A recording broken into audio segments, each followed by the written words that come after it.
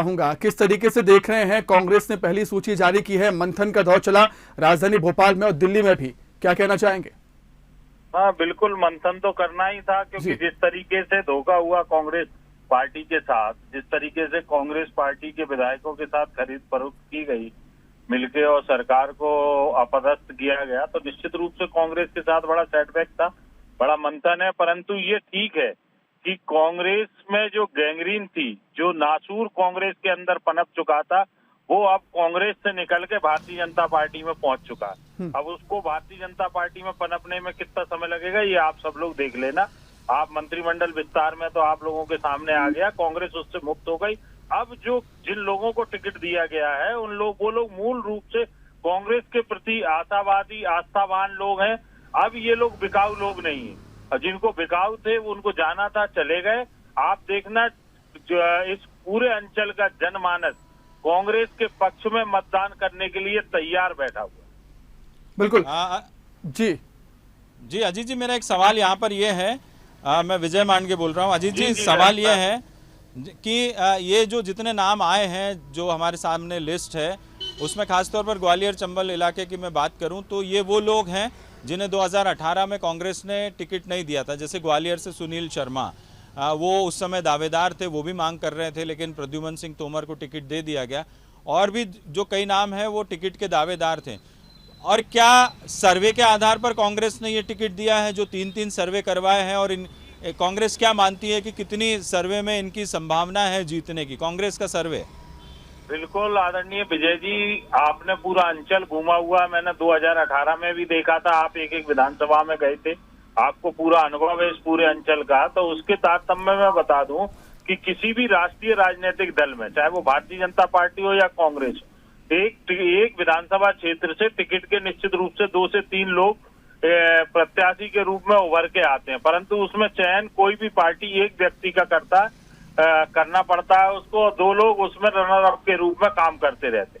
तो ऐसे ही अनेकों लोग थे जो डिजर्व करते थे, जिन्होंने आस्था कांग्रेस पार्टी के प्रति जताई थी। व्यक्तिवाद से ऊपर उठ के उन्होंने कांग्रेस की रीति में विश्वास जताया, और कांग्रेस के सर्वे में आए, आदरणीय कमलनाथ जी के सर्वे में आए, जीतने की मापदंड में आए, वो पैमाने पे आए, तो इसलिए उनको निश्चित रूप से चयन किया गया है। और आगे आने वाले परिणाम कांग्रेस के फेवर में बहुत सकारात्मक होंगे। जी आशीष जी, मेरा ये सवाल है, कांग्रेस ने सर्वे के आधार पर चयन किया है, और सर्वे में जैसे कांग्रेस का दावा है कि सर्वे में इनके जीतने की बहुत संभावना है।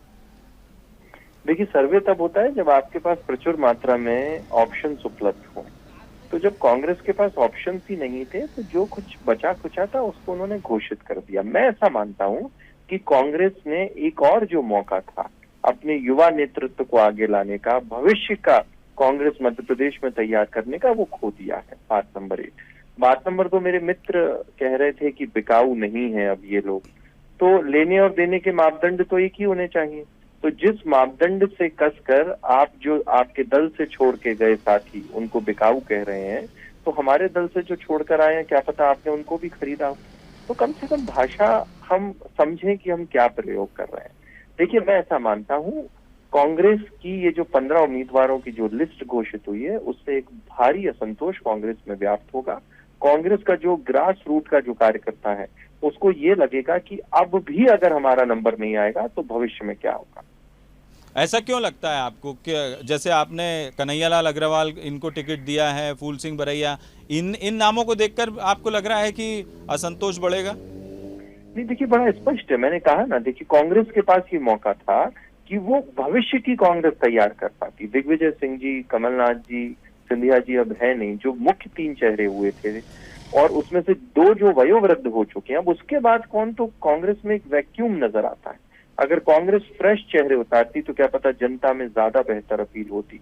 वो लोग इन चुनावों की हार के बाद भी जनता के बीच प्रचुर मात्रा में उपलब्ध रहते, और बाद में जाके एक सशक्त उम्मीदवार और एक ऑप्शन विकल्प के रूप में उपलब्ध होते।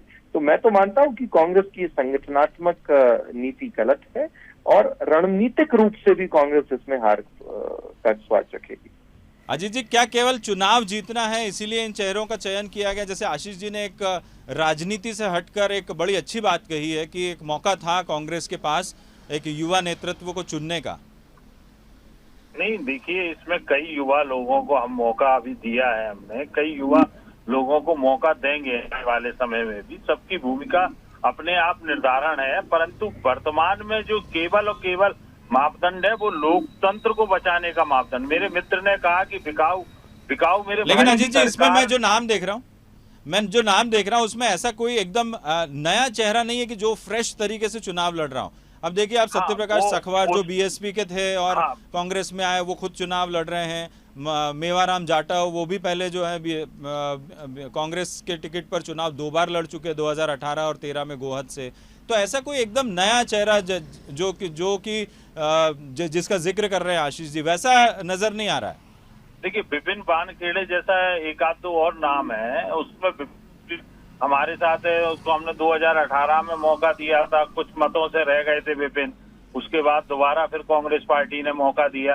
परंतु विजय जी पूरा मापदंड और सिर्फ एक पैमाना है वर्तमान में जीत। और जहां तक बात खरीदी बिकाऊ और टिकाऊ की बात है, तो कोई सत्ता छोड़ के पैसा लेके नहीं आता विपक्ष में कि पैसा लेके, पैसा देके भारतीय जनता पार्टी ने खरीदे और उन्होंने सरकार का गठन किया।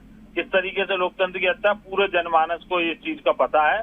और आने वाले समय में 27 जो विधानसभा उपचुनाव होने जा रहे हैं, जनता इस चीज का इनको परिणाम भी देगी बहुत अच्छी तरीके से। भारतीय आशीष जनता जी, पार्टी आखिरी मैं टिप्पणी लूंगा इस पे, उन्होंने आपके सवाल का जवाब भी दे दिया बिकाऊ और टिकाऊ के मसले पर।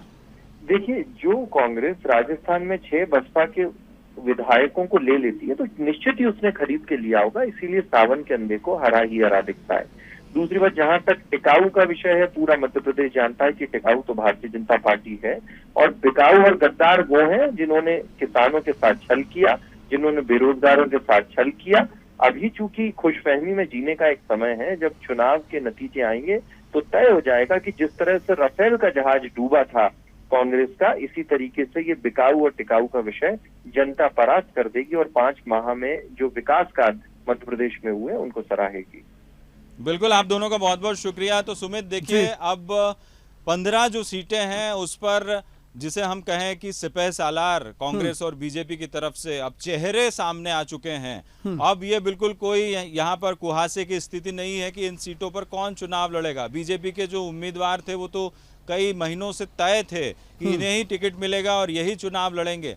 कांग्रेस का इंतजार किया जा रहा था क्योंकि अचानक कांग्रेस से इतने सारे छोड़कर गए, तो ऐसे कौन से चेहरे होंगे जिन्हें कांग्रेस मैदान में उतारेगी।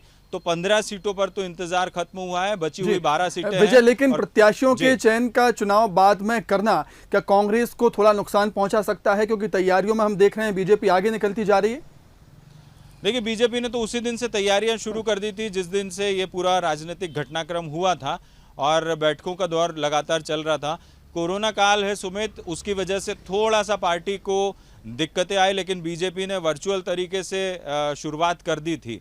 यदि ये कोरोना काल नहीं होता सुमित, तो ये जो चुनाव है ये 2018 के चुनाव से भी बहुत ज़्यादा दिलचस्प चुनाव होता और हम बड़ी बड़ी सभाएं और बहुत एक अलग अंदाज राजनीति का मध्य प्रदेश में देखते। बहरहाल बीजेपी ने, आपने सही कहा कि बहुत पहले से तैयारियां शुरू कर दी थी, लेकिन कांग्रेस भी अंदरूनी तौर पर बैठकें कर रही थी। और आपको याद होगा और हमें याद करना चाहिए पीसीसी चीफ कमलनाथ का वो बयान कि वो लगातार बैठकें कर रहे थे और संगठन को मजबूत करने की दिशा में उन्होंने 4 महीने तक काम किया है। वो खुद ये कहते नजर आए हैं और उन्होंने ज़्यादा प्रचार नहीं किया, वो दिखावे की राजनीति नहीं करते, ये भी वो कह चुके। अभी कुछ दिन पहले जब जो विधानसभा प्रभारियों की बैठक थी उस दौरान जिस दिन उन्होंने वो कर्ज माफ़ी की पेन ड्राइव दिखाई थी, उस दिन ये तमाम सारे बयान उन्होंने दिए थे। तो संगठन को मजबूत करने में जुटी थी। कांग्रेस का सर्वे भी चल रहा था। हर राजनीतिक दल की अपनी अपनी रणनीति होती है, लेकिन अभी चुनाव का ऐलान नहीं हुआ है, तारीखों का ऐलान नहीं हुआ है। इतना ज़रूर है कि तारीखों के ऐलान से बहुत दिन पहले कांग्रेस ने अब प्रत्याशियों को मौका दे दिया है कि वो जाएं और प्रचार करें और संगठन भी उनके साथ प्रचार करेगा। सुमित, बिल्कुल विजय, आपका बहुत बहुत शुक्रिया सूची का विश्लेषण करके हमें बताने के लिए। आपका बहुत बहुत शुक्रिया हमसे जुड़ने के लिए। तो हम देख रहे हैं कांग्रेस ने पहली सूची यहां पर जारी कर दी है। 15 नाम यहां पर फाइनल कर दिए हैं। 15 नामों पर मुहर लग चुकी है, जिसमें सुनील शर्मा ग्वालियर से प्रत्याशी बनाए गए हैं, सुरेश राजे डबरा से प्रत्याशी बनाए गए हैं। राजनीति के जानकार इस सूची को संतुलित मान रहे हैं। अब देखना होगा कि कांग्रेस के प्रत्याशी अपनी सीट पर किस तरीके से मेहनत करेंगे और जीतेंगे या हारेंगे, ये उपचुनाव के बाद ही पता चलेगा।